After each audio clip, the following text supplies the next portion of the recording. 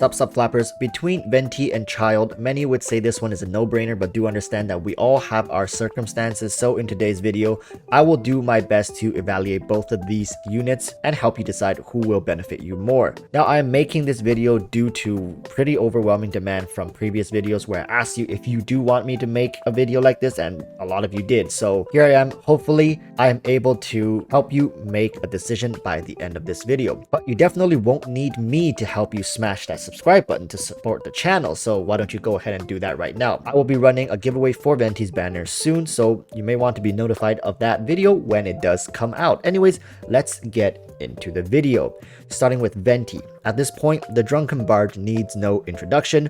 The strength of Venti is certainly in his active skills. Being able to group enemies is invaluable, and currently Venti is the only unit in the game that can forcefully group enemies. Granted, you cannot group elite monsters or bosses, but do remember that the burst skill isn't everything Venti has to offer. With Venti's talent Storm Eye, you can also provide an additional 15 energy particles for both Venti and the element that was absorbed. So do know that regarding the absorbed element, all characters with the corresponding element gets the 15 energy particles, and not just the unit that contributed. So what am I saying here is that while Venti is known for his massive CC, it is often forgotten that his presence benefits the team in other ways. While Venti's feats are certainly impressive, his weaknesses are also glaring. For starters, if this is your first time on my channel, I just want you to know that I have my Venti at Constellation 4 and have put a decent amount of resources into him, yet still with the current meta, I almost never use him. And the main reason is because of how poorly Venti performs versus elite mobs and bosses. Since the release of Childe, Dragonspine, then the meta change in the Abyss, followed by the Primo Geovisha, the current meta has just not been favorable to the Anemo Bard God, and it's completely up to miHoYo to decide what the meta is by changing the upper floors of the Abyss. I mean, at this point,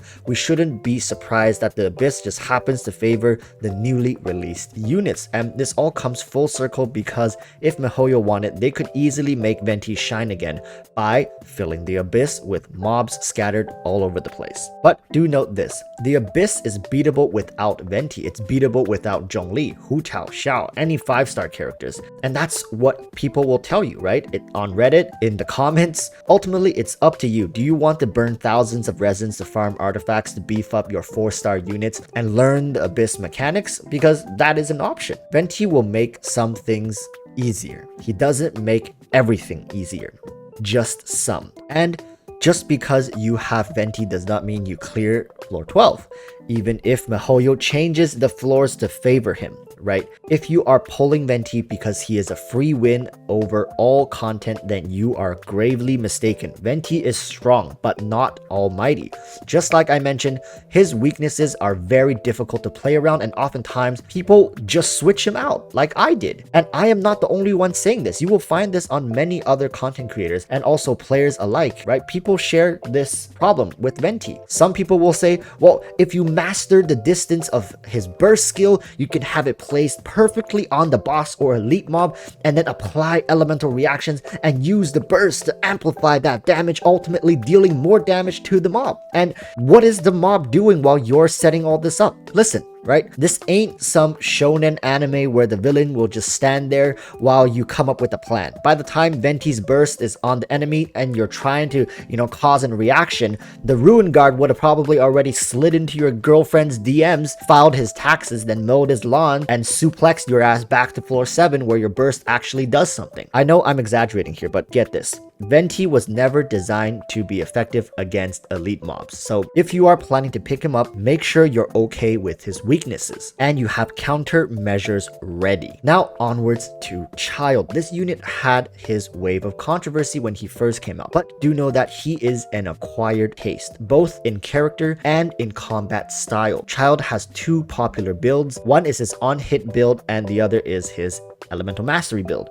Currently, the Elemental Mastery build is actually more effective to run for him for most situations, but that does not mean his on-hit build is bad by any means. So Childe has one of the most fluid and satisfying combat animations and fighting style, in my opinion. His damage is very front-loaded and is one of the premier Hydro DPS carries next to Xingqiu. One thing that Childe does better than other carries is that while off-field, his Hydro marks can still have effect as long as the enemies applied with the marks die. This makes Childe a great initiator unit. You lead with him, deal some damage, apply your marks, and swap out. With that said, the recent introduction of Hu Tao, Childe has gained a new popular role, and that is a vaporized support DPS. Prior to this, Childe could have been used with Keqing or Beidou for a good electro charge build, but it falls short of powerful melt and vaporized comps, and hence why Childe's EM vaporized build was preferred for endgame content over his electro charge alternative. With that said, Childe definitely has drawbacks as well, one of which is the fact that he is reliant on a tag team playstyle. Anyone who tells you they can run Childe as the only on-field DPS without a secondary is doing so at the cost of efficiency, because to put it bluntly, Childe is that guy who you wish could last all night in bed. Then when you actually get in bed with them, they rock your world for 12 seconds, then proceed to take a break for double that time, just to go again for another 12 seconds, or he could go for 45 seconds and then be AFK for the next 2 minutes. You know, pick your poison here, right? It's a pain for most people to work around this mechanic,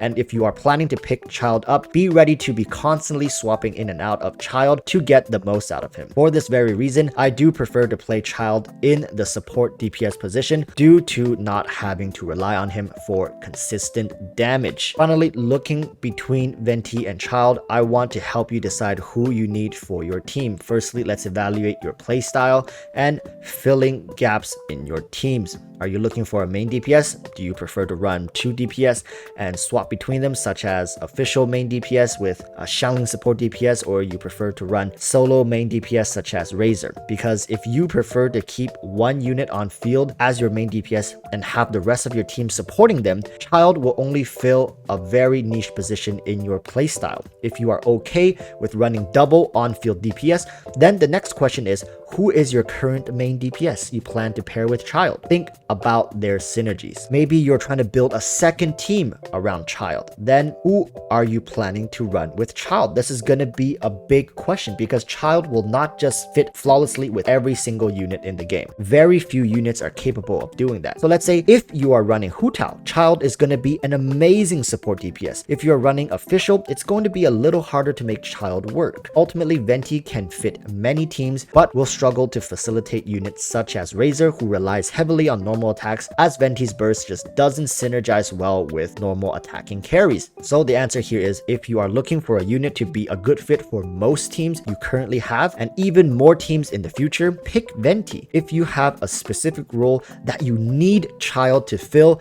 such as that gaping hole in your Kokoro, or replacing Xingqiu to be the support DPS to your Hu Tao, do what you gotta do. All in all, Venti is gonna be the better overall pick, but Childe is for a more niche pick to plug a spot that is reserved only for him. I definitely lean towards Venti, as it's likely that MiHoYo will be revamping the Abyss to make him shine once again. Anyways, that's it for the video, flappers. Make sure to like and subscribe if this video has helped you. I will be coming out with a detailed Venti guide in the next few days to help you all with building your new alcoholic bard. So until tomorrow's video, where we will surely meet again, stay safe and peace.